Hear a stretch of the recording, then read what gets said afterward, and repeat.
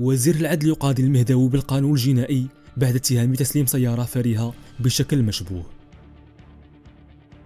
توصل الصحفي حميد المهداوي مدير نشر موقع بديل الإلكتروني باستدعائه للموصول أمام القضاء عقب إحالة شكاية لوزير العدل عبد اللطيف وهبي من قبل السيد وكيل الملك بالمحكمة الابتدائية بالرباط بتهم تتعلق ببث وتوزيع ادعاءات ووقائع كاذبة بهدف التشهير إضافة إلى القذف والسب العلني.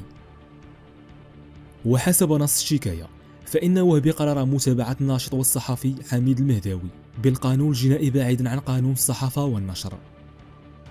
ويتهم المهداوي في شريط فيديو نشر وبث على منصات التواصل الاجتماعي وزير العدل بتسلم سيارة فارهة بقيمة 140 مليون سنتيم من سيدة قال أنها موكلته حسب وثيقة نشرها المهداوي.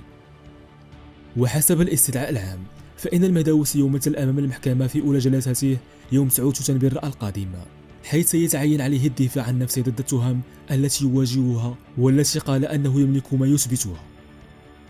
ما رأيكم في هذا؟ نشكركم على حسن المتابعة.